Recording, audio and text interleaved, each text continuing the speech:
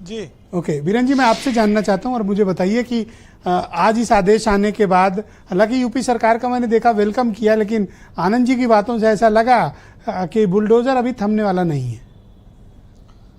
देखिए, ये जो फैसला है सुप्रीम कोर्ट का, ये कोई यूपी सरकार के खिलाफ नहीं है। ये फैसला देश के सभी राज्यों के लिए है और यूपी सरकार, योगी नहीं खाली बुलडोजर अकेले नहीं चलाया है, मध्य प्रदेश से लेके कई राज्यों तक बुलडोजर चलाए गए।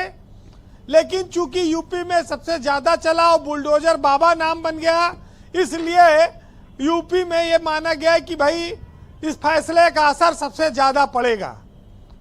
ब्रजेश जी, जब कोई चीज नई नई आती है तो उसको बड़ा अच्छा लगता है जनता को, क्योंकि जनता गुंडों और माफियाओं को कभी पसंद नहीं करती है और उन पर अगर कोई कार्रवाई कर रहा था, अगर योगी सरकार ने उन पर बुलडोजर चलाया तो उसका बड़ा स्वागत हुआ। लेकिन जब किसी निर्दोष का घर गिराया जाने लगा, तब ये बुलडोजर आलोचना का शिकार होने लगा धीरे धीरे।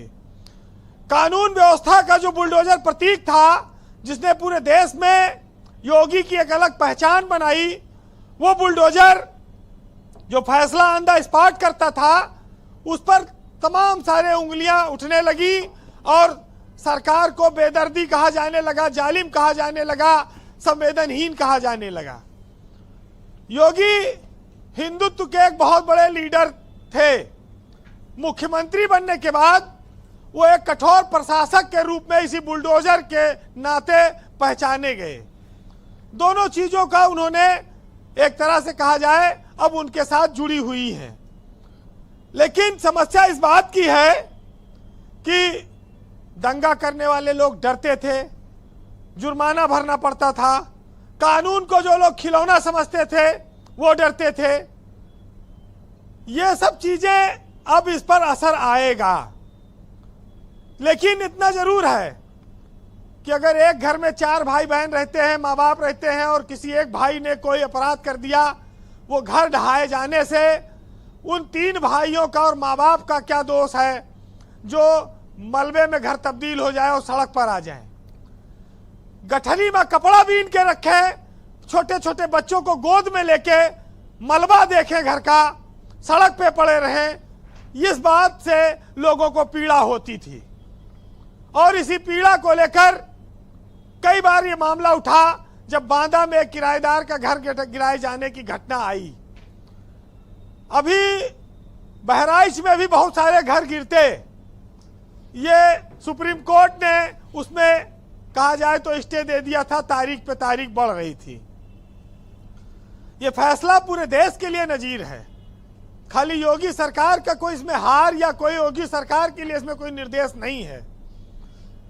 पहिए नहीं चलेंगे, जबड़े बंद रहेंगे, लेकिन अवैध अतिक्रमण पर बुलडोजर हौंक के चलेगा, उसके लिए कोई रोक नहीं है और हर सरकार उसको चला सकती है। ब्रजेश जी,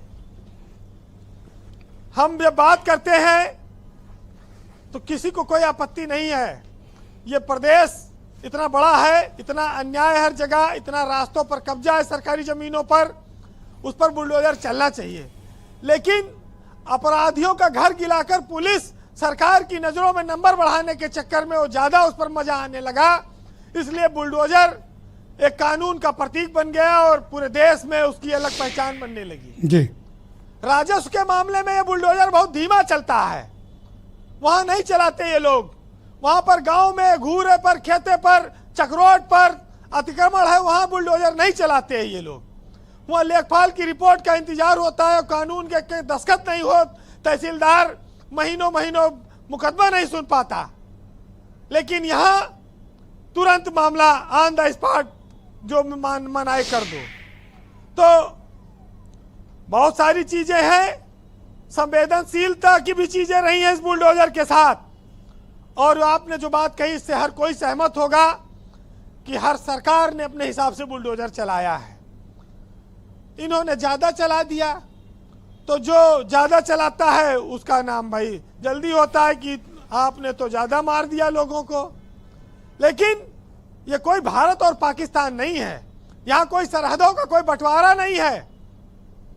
यहाँ पर उदारता और क्रूरता के बीच कोई जंग जीतने की कोई ऐसी स्थिति नहीं चल रही है कि किसको आगे रहना है। यहां पर मानवता के लिए काम करने वाले लोग हैं। संवाद से चीजों को आगे बढ़ाना है, कानून के जरिए आगे बढ़ाना है। जी। इस पर विचार होना बहुत अच्छी बात आवश्यक कही है। आपने, बहुत बढ़िया।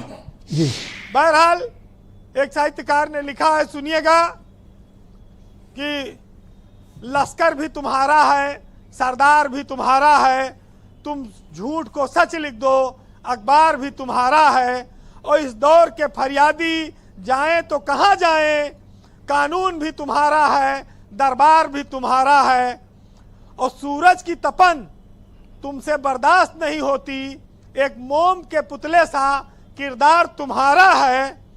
और वैसे तो ये कहते हो कि हर एक शय में साया तुम्हारा है, लेकिन दुश्वार बहुत इन दिनों दीदार तुम्हारा है। बहुत शुक्रिया वीरेंद्र जी, आपका धन्यवाद। और आपका ये शेर सुनने के बाद आनंद दुबे काफ़ी तनाव में है कि वो आपको जवाब किस शेर से देंगे, क्योंकि फराज की दुबई भी बोल चुके हैं, जज साहब ने तो लिखवा ही दिया था। बहुत शुक्रिया, आपका धन्यवाद। बनवाइयो, इस परिचर्चा का दूसरा चरण प्रारंभ करते हैं और आनंद दुबे को ही बुला लेते हैं।